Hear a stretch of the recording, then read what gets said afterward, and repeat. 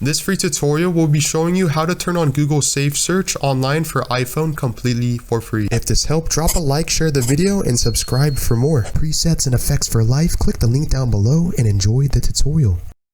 First step to turn on Google Safe Search for your iPhone or iOS device. In this case, I'm using the Safari search engine or browser. Go to Safari and basically type in whatever it is you would like to safe search. In this case, I have the keyword only fan and then model. Immediately off of the bat, you notice safe search is enabled and it's on filter instead of off and instead of blur. If we were to click blur, in my opinion, this is less safe, because as you can see, images and pictures are blurred out and it's not quite the best that we want. And basically, we want Google Safe Search to be completely enabled. So in this case, click the third option, which says a filter.